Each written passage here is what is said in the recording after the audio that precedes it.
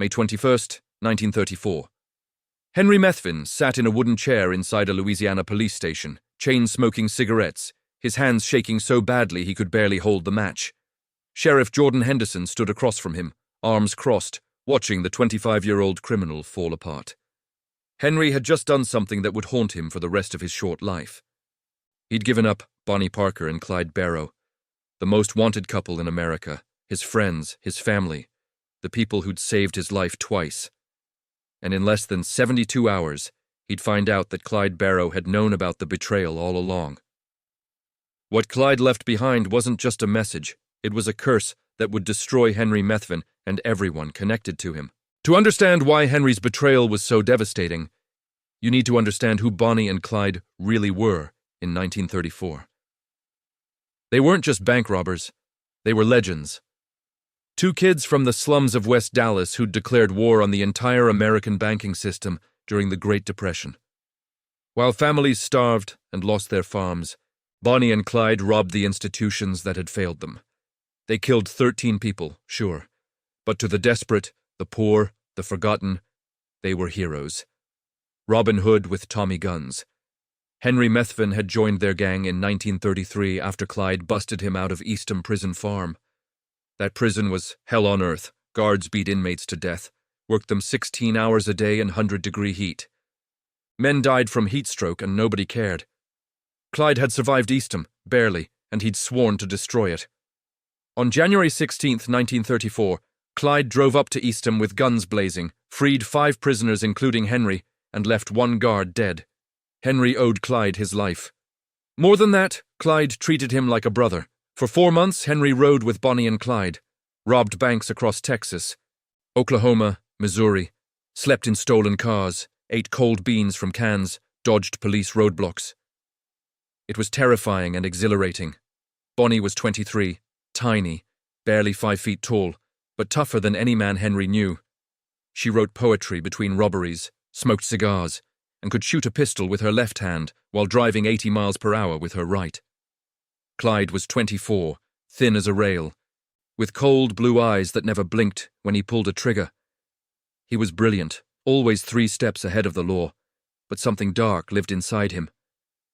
Prison had broken something in Clyde that couldn't be fixed. Henry saw it in quiet moments. The way Clyde's hands trembled when he thought nobody was looking, the nightmares that made him wake up screaming. But Clyde protected his people. When Henry got shot during a bank job in Iowa, Clyde carried him 6 miles through a forest to safety. When Henry's mother needed money, Clyde sent her $200, a fortune in 1934. So what made Henry Methvin betray them? Fear. Pure, paralyzing fear. By May 1934, the law was closing in. FBI Director J. Edgar Hoover had made Bonnie and Clyde his personal obsession. Wanted posters everywhere, a $5,000 reward for information, dead or alive. Henry's father, Terrell Methvin, a Louisiana farmer, was terrified his son would die in a shootout. He contacted Sheriff Henderson, made a deal. Full pardon for Henry if he gave up Bonnie and Clyde's location. Henry resisted at first, but his father worked on him. "They're dead anyway, son. You want to die with them? For what? You barely know these people." That was a lie. Henry knew them.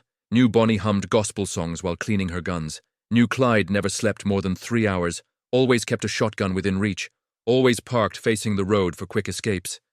Knew they'd die before surrendering, but Henry was exhausted. 4 months of running, sleeping in cars, eating garbage, nearly dying twice. He was 25 and felt 50. So on May 21st, he sat in that police station and talked. "They'll be passing through Gibbsland, Louisiana tomorrow morning," Henry whispered. "Clyde's taking Bonnie to see her mother in Dallas. They always use Highway 154, always early, around 9 in the morning." Sheriff Henderson leaned forward. "You're certain?" Henry nodded, stubbed out his cigarette with a shaking hand. "Clyde trusts my father. We told him Daddy's truck broke down on that highway. Clyde said he'd stop to help fix it."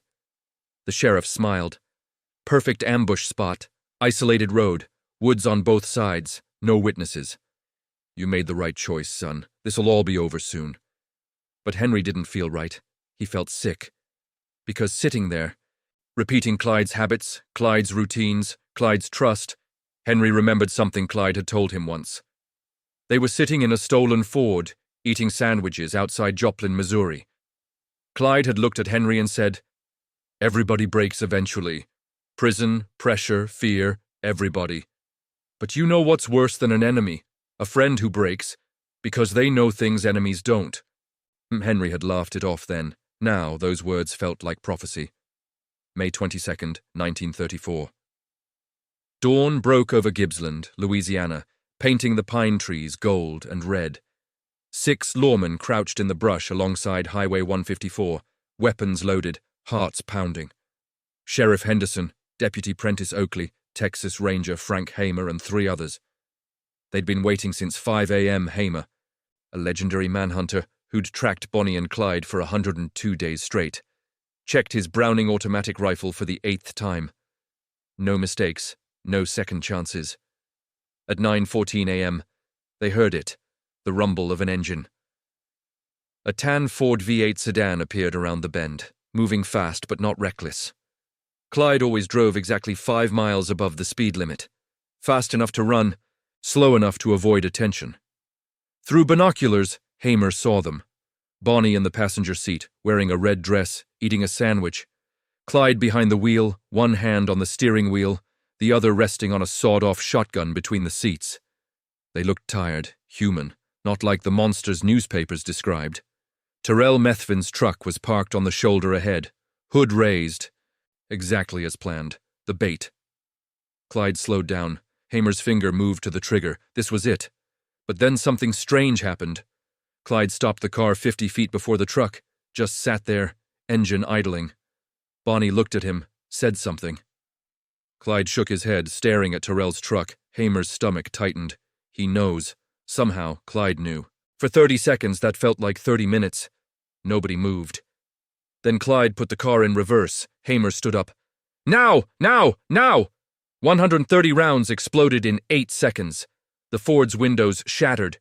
Metal screamed. The car lurched forward, hit the embankment, stopped. Silence. Smoke drifted through the trees.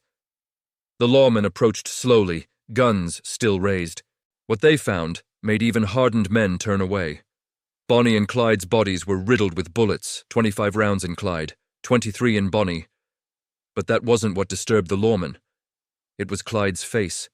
His eyes were open, staring directly at the woods where Henry's father had hidden to watch. And in Clyde's right hand, clenched so tight they had to break his fingers to retrieve it, was a folded piece of paper. Sheriff Henderson unfolded it carefully. His face went white. "What is it?" Hamer asked. Henderson's hand shook as he passed it over. The note was written in Clyde's handwriting, dated May 21st, the same day Henry had betrayed them. It read, "To whoever set this trap, you think you won. You didn't. I knew 3 days ago someone talked. Narrowed it down to one person. Only one person knew we'd be on this road today. Henry Methvin. Tell Henry his 30 pieces of silver won't spend easy. Tell him Bonnie forgives him. I don't. Tell him what happened to Judas didn't happen because Jesus died. It happened because Judas couldn't live with what he'd done. Tell him I'll be waiting." The lawman stood frozen. Clyde had known and come anyway. Why? Hamer understood first. He couldn't run anymore. He was done. But he wanted Henry to know he knew. Deputy Oakley grabbed the note. "We're not giving this to Henry. We're burning it." "No," Hamer said quietly. "We deliver it exactly as written. Clyde earned that." Within hours, newspapers across America ran the story. Bonnie and Clyde killed in police ambush. Heroes and villains, depending on who you asked. The photos were graphic. The bullet-riddled car became a tourist attraction. Souvenir hunters tried to cut off Clyde's trigger finger, Bonnie's hair. It was a circus. But the note stayed secret for 3 days. On May 25th, Sheriff Henderson visited Henry Methvin at his father's farm. Henry was sitting on the porch, drinking whiskey at 10 a.m., looking like he hadn't slept since the ambush. "It's done," Henderson said. "They're dead. You're pardoned. You're free." Henry looked up with hollow eyes. "Did they suffer?" Henderson considered lying, decided truth was worse. "It was quick, but Clyde left something for you." He handed over the note. Henry read it once, twice, 3 times. His hands started shaking so violently, the paper tore. He knew, Henry whispered. He knew, and he came anyway. Maybe he was tired of running, Henderson offered. Maybe. Henry stood up, walked inside without another word. His father found him an hour later, vomiting in the bathroom, the note clutched in his fist. Over the next weeks, something broke inside Henry Methvin. He stopped eating, stopped sleeping, jumped at shadows, saw Clyde's face everywhere. His father tried to comfort him. You did what you had to do. They were killers. You saved yourself. But Henry couldn't hear it, because Clyde's note was right. The pardon meant nothing. The money meant nothing. Every time Henry closed his eyes, he saw Bonnie in that red dress, eating a sandwich, seconds before 130 bullets tore through her. Every time he tried to sleep, he heard Clyde's voice. I'll be waiting. News spread through the criminal underworld fast. Henry Methvin, the rat who sold out Bonnie and Clyde. Former gang members, people who'd never even met Bonnie and Clyde but admired them, sent Henry letters. Threats, promises. You're a dead man walking, Judas. Henry's father hired bodyguards, moved them to 3 different farms, but Henry was already gone, not physically, mentally. The guilt consumed him like cancer, and Clyde's prophecy was just beginning. Block 3, April 19th, 1948, 14 years after the ambush. Henry Methvin, now 39 years old but looking 60, stumbled out of a bar in Sulphur, Louisiana, drunk as he'd been every night since 1934. His life had become a slow-motion suicide. The pardon meant he never went to prison, but he'd built his own prison inside his mind. He lost jobs because he'd show up drunk, screaming about ghosts. Lost friends because nobody wanted to be near the man who'd betrayed legends. His wife left him after 2 years, took their daughter, said she couldn't watch him destroy himself anymore. Henry's father had died in 1946, heart attack, but Henry believed it was shame. Shame over what they'd done together. Tonight, Henry was walking home along Highway 165, same highway where Bonnie and Clyde had died, though 80 miles north. Poetic, in the cruelest way. He was so drunk he didn't hear the train coming. The locomotive engineer saw him too late. A man stumbling onto the tracks, in arms spread wide like a cross, facing the oncoming engine. No attempt to move, no scream, just standing there. The train hit Henry Methvin at 47 miles per hour, killed him instantly. When police arrived, they found something clutched in his jacket pocket. The note. Clyde's note from 1934, now yellow and fragile from being folded and unfolded 10,000 times. Tell him I'll be waiting. The coroner ruled it accidental death due to intoxication. But everyone who knew Henry's story knew the truth. Clyde Barrow had killed Henry Methvin 14 years after Clyde himself died. Not with bullets, with words, with guilt. With the unbearable weight of betrayal that Henry carried every single day until he couldn't carry it anymore. The prophecy had come true. Just like Judas, Henry couldn't live with what he'd done.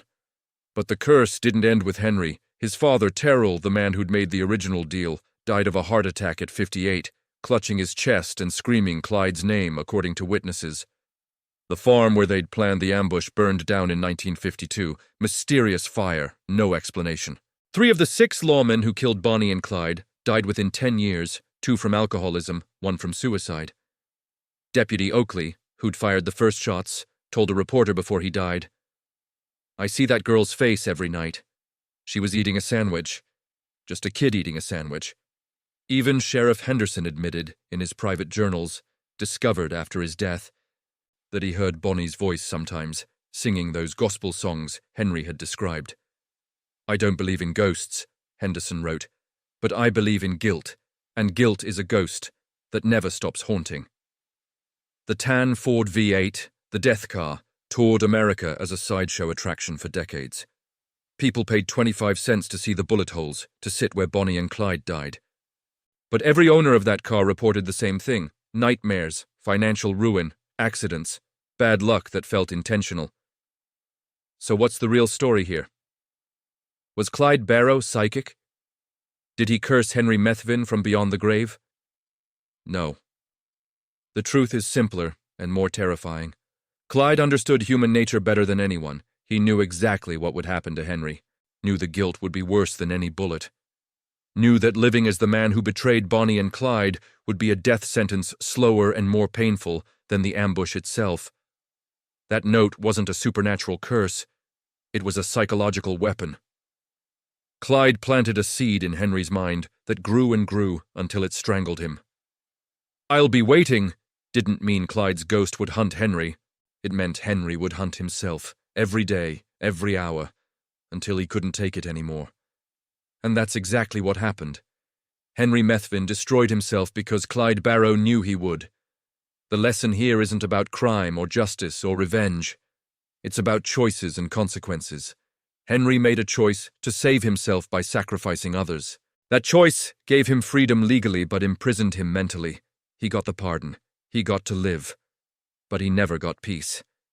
Because some betrayals cost more than life. They cost your soul. Bonnie Parker and Clyde Barrow died on May 23, 1934, in a hail of bullets on a Louisiana highway.